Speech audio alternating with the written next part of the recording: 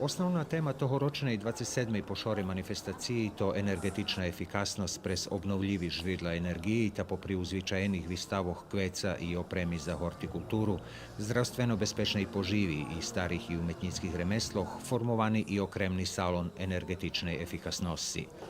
Jak nahlášil predsedateľ Horiakov Nového Sadu Petar Vidikant, cíľ tej výstavy, že by coveci naše sohraždanie prišli i opatreli ju, nasampred našo mladí sohraždanie, že by naučili hoľem elementárne stvari uviazi so šporovaním, bez ohľadu na toto, či to sadzenie drevkoch, či šporovanie energií na druhý spôsoby, že by sme od maľučka naučili, jak môže žiť energetično efikasno, lepšie i interesantnejšie.